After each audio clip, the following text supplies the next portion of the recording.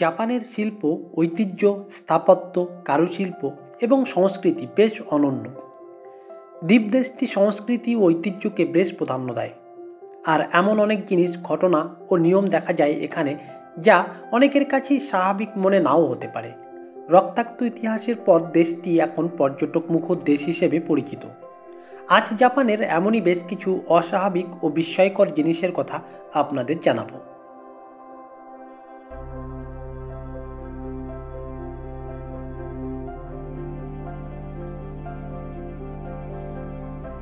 জাপানে কর্মস্থলে ঘুমানোকে কাজের প্রতি নিবেদনের লক্ষণ বলে মনে করা হয়। এর অর্থ হলো, যে ব্যক্তি কাজ করতে করতে দেরি করে ঘুমিয়েছে বা পুরো ক্লান্তির পর্যায়ে কাজ করেছে, সে তো একটু আধটু ঘুমোতেই পারে। আর জাপানে এটা শুধু ক্ষমাযোগ্য নয়, প্রশংসনীয় বটে। আমাদের দেশের সরকারি কর্মচারীরা অনেকটা রাজকীয় জীবনযাপন করেন। যেমন দেরি করে অফিসে আসা, যখন তখন ছুটি নেওয়া, আবার অফিসে বসেই এক কাঠ ঘুমিয়ে নেওয়া, এই আর কি। যদিও আমাদের দেশে ব্যাপারটা নিন্দনীয় ও অপরাধের পর্যায়ে পড়ে, কিন্তু জাপানে এটা প্রশংসনীয়। পরিশ্রমী মানুষ হিসেবে জাপানিদের বেশ সুনাম রয়েছে পৃথিবী জুড়ে। তবে তারা ছুটির দিনে মজা করতে ও তাদের পরিবারকে সময় দিতেও জানে। সেরকমই ছুটির দিন নিয়ে একটি মজার আইন রয়েছে জাপানে। 1948 সাল থেকে বাস্তবায়িত সরকারি ছুটির আইন অনুযায়ী, যদি দুটি সরকারি ছুটির মধ্যে একটি কার্যদিবস পড়ে যায়, তাহলে স্বয়ংক্রিয়ভাবে সেই কার্যদিবসটি ছুটির মধ্যে পড়ে। অর্থাৎ ধরুন মাসের 5 ও 7 তারিখ সরকারি ছুটি রয়েছে, তাহলে স্বয়ংক্রিয়ভাবে 6 তারিখ ছুটি হিসেবে গণ্য হবে। এই অতিরিক্ত ছুটির দিনটি নাগরিক ছুটি নামেও পরিচিত। দুর্গন্ধের কারণে আমাদের দেশে ড্রেনের পাশ দিয়ে হেঁটে যাওয়া মুশকিল। আর জাপানে কিউশু দ্বীপের শিমবারা শহরের ড্রেনগুলো এতটাই পরিষ্কার যে এগুলিতে কই কার্প মাছ বেঁচে থাকে। এই কার্প মাছগুলো মূলত জাপানে জন্মে, আর এই মাছগুলো অত্যন্ত বিশুদ্ধ পানি ছাড়া বাঁচতে পারে না। সুতরাং ধরে নেওয়াই যায় পানির গুণমানের প্রমাণ করে মাছগুলো বেঁচে থাকাটা। জাপানের রাস্তাগুলোতে হাঁটতে গেলে আপনার দৃষ্টি আটকে যাবে তাদের ম্যানহোলগুলোর দিকে, কারণ ড্রেনের ম্যানহোলগুলো এতটাই সুন্দর আর শিল্প সমৃদ্ধ। জাপানিরা শিল্প সৌন্দর্য ও পরিচ্ছন্নতার প্রতি এতটাই মনোযোগী যে তারা কালোর ধাতুর ম্যানহোলের কভারগুলোকে শিল্পের সুন্দর অংশে রূপান্তরিত করেছে।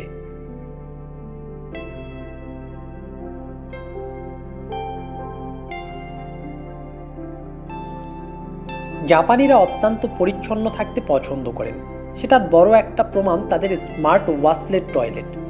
তাপমাত্রা নিয়ন্ত্রণ, পারফিউম, আওয়াজ কভারিং শব্দসহ আরও অনেক বৈশিষ্ট্যের সজ্জিত টয়লেট সেখানে সাধারণভাবেই পাওয়া যায়। জাপানিরা তাদের প্রতিদিনের বাথরুমের আচার অনুষ্ঠান অনুশীলন করার সময়ও অতি পরিশীলিত মানুষ হিসেবে পরিগণিত হয়ে থাকে। সবুজের পরিবর্তে নীল ট্রাফিক লাইট ব্যবহার করা হচ্ছে, ভাববেন না আপনি ভুল দেখছেন। যেখানে বাকি বিশ্বের সব জায়গায় সবুজ আলোর সংকেত মানে যাও, আর লাল আলোর সংকেত মানে থামুন, কিন্তু জাপানিরা সবুজ আলোর পরিবর্তে নীল আলো ব্যবহার করে থাকেন।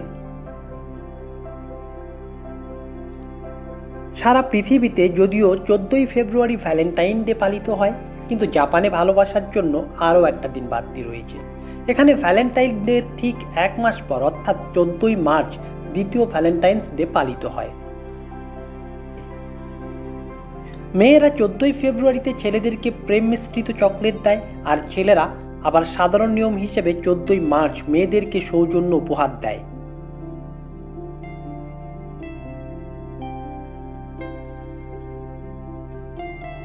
ভেন্ডিং মেশিনের ব্যবহার আমাদের দেশে খুবই কম, কিন্তু উন্নত বিশ্বে চিপস, স্ন্যাক্স বা পানীয় বিক্রি করার জন্য ভেন্ডিং মেশিনের ব্যবহার রয়েছে প্রচুর। কিন্তু জাপানে এই মেশিনগুলিতে শুধু চিপস বা পানীয় বিক্রি হয় না, নিত্য ব্যবহার্য প্রায় সকল পণ্য বিক্রি হয়। বিভিন্ন জনপ্রিয় জায়গাগুলোর কর্নারে বিভিন্ন ধরনের ভেন্ডিং মেশিনগুলো বসানো থাকে, শুধু একটু খুঁজে নিতে হবে। হতাশায় ভুগছেন, কোনো সঙ্গী নেই, বিছানায় ঘুম আসছে না, এমন অবস্থায় পড়া মানুষদের জন্য জাপানিদের রয়েছে এক অদ্ভুত ধরনের ক্যাফে।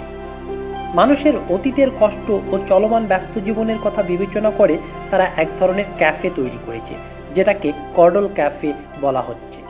এখানে ক্লান্ত, দুঃখিত বা উদাসী মানুষেরা একটি সুন্দরী মেয়েকে সঙ্গী হিসেবে পাবেন। এই মেয়েটির সঙ্গে উদাসী মানুষটি আলিঙ্গন করতে পারবেন, সঙ্গে ঘুমোতেও পারবেন।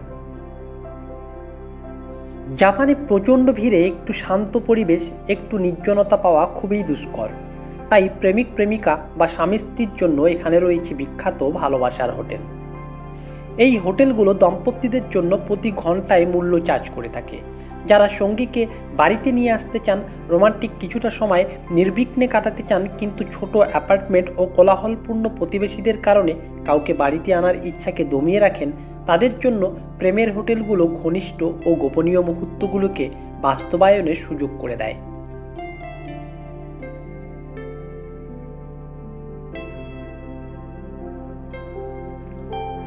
ক্যাপসুল লিফটের কথা শুনেছেন? ক্যাপসুল হোটেলের কথা কি কখনো শুনেছেন? জাপানের ক্যাপসুল হোটেলগুলো আক্ষরিক অর্থেই ক্যাপসুলের মতো ছোট হয়। জনাকীর্ণ শহরে মাঝখানে সস্তা, পরিষ্কার এবং আরামদায়ক আবাসন হিসাবে হোটেলগুলো জুড়ি মেলা ভার। যারা শুধুমাত্র একটু আরামের জন্য অথবা শুধু ভ্রমণের জন্য জায়গা খুঁজছেন, তাদের জন্য এগুলো আদর্শ। 1979 সালে জাপানের ওসাকায় প্রথম capsule hotel capsule in Osaka খোলা হয়েছিল। বেশি খাবার খাচ্ছেন ঠিক আছে, কিন্তু যদি বেশি মোটা হয়ে যান তাহলে কিন্তু বিপদ। যেমন জাপানের নাগরিকদের স্থূলতা রোধ করার প্রয়াসে মেটাবো নামের একটি আইন করেছে জাপান সরকার, যেখানে 40 থেকে 74 বছর বয়সী নাগরিকদের ডাক্তারের কাছে প্রতি বছর কোমর পরিমাপ করাতে হয়। পুরুষদের কোমর 33.5 ইঞ্চি আর মহিলাদের 35.5 ইঞ্চির বেশি হলে জরিমানা দিতে হয়। মূলত জাপানের সুমো কুস্তিগিরদের বাঁচাতে এই আইনের উদ্যোগ। আমাদের দেশে ট্রেনের শিডিউল বিপর্যয় নিত্য নৈমিত্তিক ব্যাপার, কিন্তু জাপানিরা সময় ও সময়ানুবর্তিতাকে অনেক গুরুত্ব দেয়। আর এ কারণে সর্বদা সময় মতো চলা ও কখনোই জনগণের দেরি না করার জন্য পাবলিক ট্রান্সপোর্টে অনেক চাপ থাকে। যদিও একটি বিরল ঘটনা যে একবার জাপানে একটি পাতাল রেল 1 মিনিট দেরি করে ফেলেছিল। তারা এতটাই বিনয়ী যে ট্রেন 1 মিনিট দেরি করার কারণে কর্তৃপক্ষ যাত্রীদের কাছে ব্যক্তিগতভাবে ক্ষমা চেয়ে নিয়েছিলেন। এরকমই অনেক নিয়ম ব্যবস্থা জাপানকে বহির্বিশ্ব থেকে এক অন্য উচ্চতায় স্থান এনে দিতে পেরেছে। কেমন লাগলো আজকের ভিডিওটি? আশা করছি ভালো লেগেছে। আরও এরকম ভিডিও পাওয়ার জন্য চ্যানেলটির সাথে থাকুন। চ্যানেলটিকে সাবস্ক্রাইব করা না থাকলে চ্যানেলটিকে সাবস্ক্রাইব করে দিন। ভালো থাকবেন, সুস্থ থাকবেন। ফিরে আসছি খুব শীঘ্রই আরও নতুন একটি ভিডিও নিয়ে।